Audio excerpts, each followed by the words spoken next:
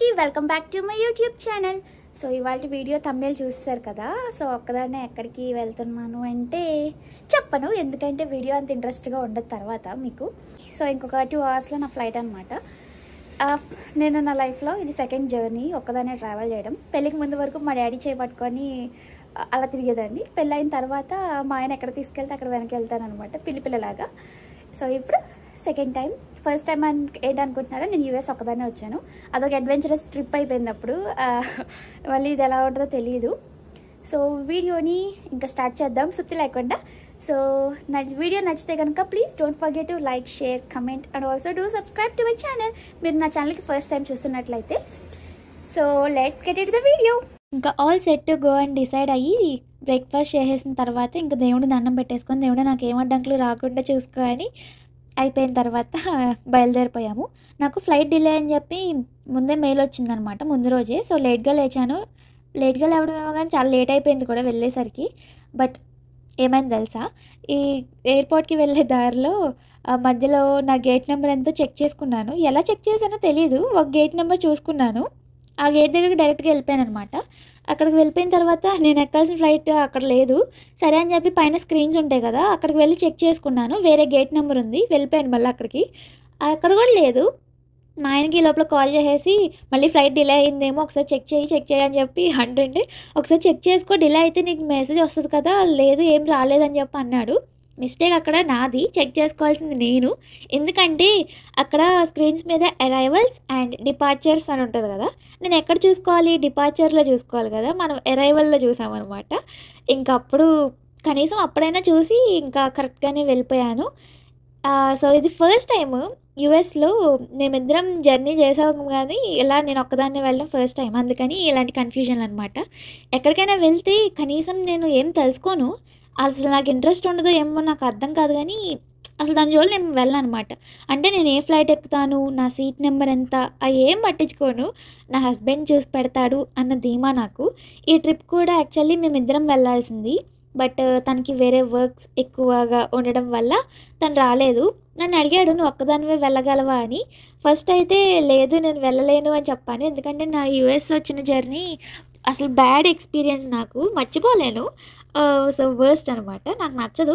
అందుకని మళ్ళీ అలాగే అవుతుందేమోనని చెప్పి, లేదు నువ్వు కూడా రా, ట్రై చేయి అని చెప్పన్నాను ఫస్ట్. బట్ తర్వాత ఆ భయం అలానే ఉండిపోద్ది, నేను ఇంకెప్పుడు ఇలాగే ఉండిపోతానేమో అని చెప్పి మళ్ళీ నేనే కొంచెం కాన్ఫిడెన్స్ తెచ్చుకొని, నేను చేయగలను, నువ్వు చేయగలవు అని నాకు నేను చెప్పుకొని ఓకే వెళ్తాను అన్నాను. టికెట్ బుక్ చేసిన తర్వాత అడిగాడు, ఎవ్రీడే అడిగేవాడు.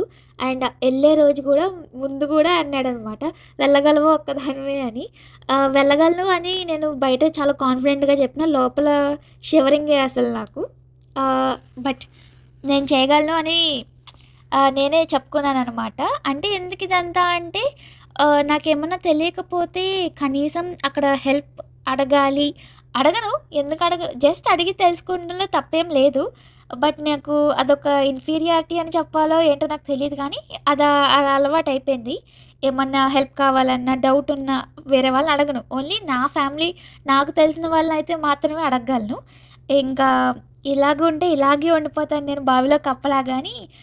ఓకే నేనే తెలుసుకుంటానులే అని చెప్పి నేను ఆ రోజు అసలు నేను ఎవరికి చెప్పలేదు.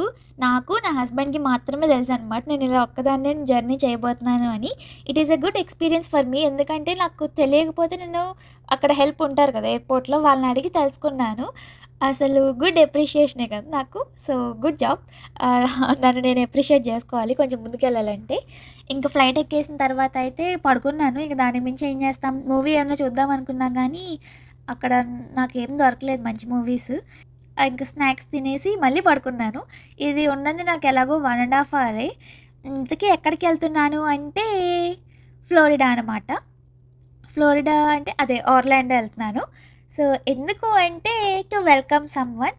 మీరు షార్ట్ వీడియో చూసారు కదా, ఆ సెలబ్రేషన్స్ అన్నీ టైం టు సెలబ్రేట్ ఈ మూమెంట్ కోసమే అనమాట. మేము చాలా ఎప్పటి నుంచో వెయిట్ చేసిన మూమెంట్. సో నాది ఫ్లైట్ డిలే కాకుండా ఉండుంటే నేను గంటన్నర ముందే వెళ్ళేదాన్ని. బట్ డిలే కదా, నాకంటే ఆ సమ్మన్నే దిగేశారనమాట ముందు. తన ఫ్లైటే ల్యాండ్ అయింది.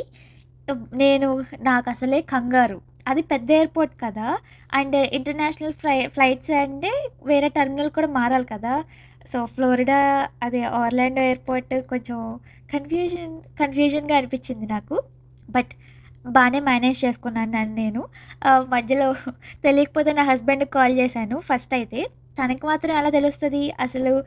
ఇంకా నేనే అక్కడ ఉంటారు కదా సెక్యూరిటీ వాళ్ళు, వాళ్ళని అడిగి తెలుసుకొని అలాగా వెళ్తూ ఉంటే ఒక ఆవిడని అడిగాను, నేను అటే వెళ్తున్నాను నన్ను ఫాలో అయిపో అని చెప్పింది. అయితే ఇంక తన్నే ఫాలో అవ్వలేదు. మధ్యలో ఇలా వెళ్ళాలి అని చెప్పి చెప్తే నేనే చెక్ చేసుకుంటూ మొత్తానికి బాగానే చేరిపోయాను. ఈ కన్ఫ్యూజన్లోనే ఒక పక్కన మా మమ్మీ అండ్ మా డాడీ కాల్స్ అనమాట. నేను అసలే ఇవి చూసుకోవాలి అవి చూసుకోవాలి నాకు అర్థం కాలేదు. ఇంకా అప్పుడు వీడియో కాల్ మమ్మీ ఎవ్రీడే చేస్తుంది కదా, కరెక్ట్గా ఆ టైంలోనే చేసింది. ఇంకా లిఫ్ట్ చేసిన తర్వాత చూసి షాక్ అయిందనమాట. ఎక్కడికి ఎందుకు నువ్వు ఒక్కదాని వెళ్ళావా అంటే ఫస్ట్ ఎవరు నమ్మలేదు, మా ఆయన్ని చూపించమని అంటున్నారు. బట్ కొన్నిసార్లు ఇలా మిరాకిల్స్ ఇవ్వాలి అని అర్థమైందనమాట ఆ రోజు. ఇంకా అన్నీ ఫాస్ట్గా వెళ్ళాను కానీ వీడియో తీసుకోవాలి అనుకున్నాను. బట్ ఆ కన్ఫ్యూజన్లో నా మైండ్ బ్లాంక్ అయిపోయి ఏం చేయాలో అర్థం కాలేదు. ఒక పక్కన మా మమ్మీ వాళ్ళకి వీడియోకి చూపించలేదు అండ్ నేను కూడా వీడియో తీసుకోలేదన్నమాట. అలా అయిపోయింది. సో వచ్చింది మా చెల్లి అనమాట, నా ఓన్ సిస్టర్ తను. ఇంకా చాలా హ్యాపీ అనమాట. అసలు ఆ మూమెంట్ మర్చిపోలేను ఎప్పటికీ. యాక్చువల్గా వెనక నుంచి వెళ్ళి భయపెడదాం అనుకున్నాను, బట్ తను చూడగానే భయపెట్టాలన్న థాట్ రాలేదనమాట, ఏడుపు వచ్చేసింది. ఇంకా ఇప్పుడైతే ఖాళీ, మా ఫ్లైట్ మళ్ళీ ఈవినింగ్ ఉందన్నమాట. అప్పటి వరకు అలా తిరిగేసి ఇంకా ఏం చేయాలో తెలీదు, వేరే టెర్మినల్కి చేంజ్ అవ్వాలి. సో ఇంకా మా చెల్లి కోసం చాలా సర్ప్రైజెస్ చేసాము, మీరు ఆల్రెడీ ఆ షార్ట్స్ చూసేసారు కదా. So stay tuned. 1 year back ఇలాగా తీసుకొచ్చాను అనమాట ట్రాలీస్ని, బట్ ఆ ఎయిర్పోర్ట్లో కాదు, మా ఊరి దగ్గరలో ఉన్న ఎయిర్పోర్ట్లో. సో మా చెల్లిని చూసిన తర్వాత నా మైండ్ బ్లాంక్ అయిపోయి నేను అసలు అంతా మర్చిపోయాను అనమాట. అంటే ఫోన్లో కెమెరా ఆప్షన్ ఓపెన్ చేసి వీడియో ఆన్ చేయడం మర్చిపోయాను. వెనక నుంచి వెళ్ళి దడిపిద్దాం అనుకొని ముందుకెళ్ళి ఏడుపు కంట్రోల్ చేసుకుంటూ ఏడుస్తూ అసలు ఆ మూమెంట్ని వర్ణించలేను అనమాట. సో నాకు ఆ మెమరీ క్యాప్చర్ కాలేదు నా ఫోన్లో. ఇంకేం చేయలేము, నా హార్ట్లో ఉంటుంది ఆ మెమరీ. బిస్కెట్ అనుకోవచ్చు, బట్ అది నిజం. ఇంకా మా చెల్లిని చూపించడానికి అయితే ఇప్పుడు తను అన్కంఫర్టబుల్గా ఫీల్ అవుతుంది కొంచెం. మాకే చాలా టైం పట్టింది ఇలా వీడియోలో కనిపించడానికి. సో తను ఎప్పుడు కంఫర్టబుల్గా ఫీల్ అయితే అప్పుడు తప్పకుండా చూపిస్తాను. ఇక అక్కడ నుంచి మళ్ళీ బ్యాక్ వేరే టెర్మినల్కి వచ్చేయాలి కదా, అక్కడికి స్టార్ట్ అయ్యాము. నా హస్బెండ్ మార్నింగే నాకంటే ముందే లేచి మా కోసం పన్నీర్ పరాటా చేశాడు. అది తినేసి సెక్యూరిటీ చెక్లో నుంచి ఉన్నాము. ఈ సెక్యూరిటీ చెక్ అమ్మో 1.5 hours అలా నుంచోబెట్టారనమాట. అక్కడ వర్క్ చేసే వాళ్ళు లేరంట. సో ఇద్దరే ఉన్నారు, అంత పెద్ద క్యూ, చాలా టైం పట్టింది. ఇంకా మేము ఎక్కాల్సిన ఫ్లైట్ దగ్గరికి వచ్చేసి నా హస్బెండ్కి కాల్ చేశాను అనమాట. నేను ఒక పక్కన నా ఫోన్ సైలెంట్లో పెట్టాను, మధ్యలో కాల్స్ చేస్తే నేను ఆన్సర్ చేయలేదు. తను టెన్షన్ పడిపోయి బాబోయ్, ఇంక మొత్తానికి ఇంకా మేము ఎక్కేసాంలే అని చెప్పిన తర్వాత ఇంక మళ్ళీ ఫ్లైట్ ఎక్కింది, మళ్ళీ స్లీప్ అనమాట. నేను ఫుల్గా టైర్డ్ అయిపోయాను, ఎందుకో తెలీదు.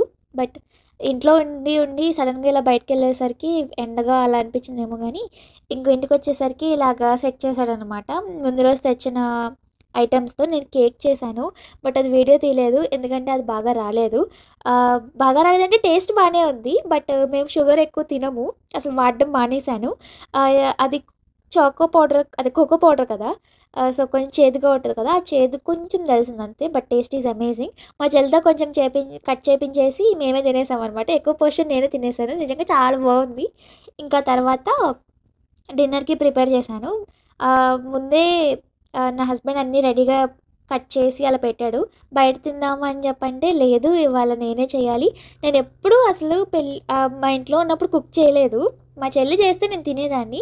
సో నేనే చేసి పెడతాను అని చెప్పి అన్నాను. ఇంక అన్నీ రైస్ సోక్ చేసి వెజిటేబుల్స్ కట్ చేసి రెడీగా పెట్టాడు అనమాట. ఇంకా వాళ్ళు ఫ్రెష్ అవుతున్న టైంలో నేను కుక్ చేశాను, బగారా రైస్ చేశాను అండ్ చికెన్ ఫ్రై. మా చెల్లికి ఎలా అనిపిస్తుందో తింటుందో అని చెప్పి అనుకున్నాను, ఎందుకంటే తను కొంచెం నాకంటే ఎక్కువ పిక్కీ అనమాట, కొన్ని ఐటమ్స్ మాత్రమే తింటుంది, అందులో chicken is her favourite. Bagara rice అంటే మా వైపు మేము ఎక్కువ చేసుకోము, అది ఎలా ఉంటుంది అనుకున్నాను కానీ చాలా నచ్చిందంట. మా ఫ్యామిలీలో ఎవరు కాల్ చేసినా మా అక్క ఎంత బాగా కుక్ చేస్తుందో, బగారా రైస్ చేసింది అసలు సూపర్ చేసిందని చెప్తుంది. ఇంకా అలాగా 1 ఇయర్ ముచ్చట్లు మొత్తం అంతా చెప్పుకొని తృప్తిగా అలా తినేసి ఇంకా పడుకున్నామన్నమాట. సో ఇదే నేను ఫస్ట్ టైం మా చెల్లికి సర్ప్రైజ్ ఇవ్వడం అండ్ ఇలాగ గిఫ్ట్ చేయడం అనమాట. I think this is the first and best surprise తనకు నేను ఇవ్వడం ఇలాగా.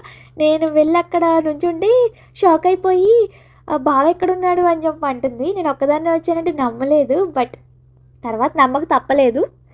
సో ఇలా అయిందనమాట. సో మీలో కనుక కూడా ఎవరైనా ఇలాగ ఫస్ట్ టైం సోలో జర్నీ చేసినప్పుడు what are the hurdles you face and ఇంకా ఎలా అనిపించిందో కూడా కామెంట్ చేయండి. That's it for today's video. I hope మీకు నచ్చింది అనుకుంటున్నాను. So see you in the next video. Till then take care and also bye bye.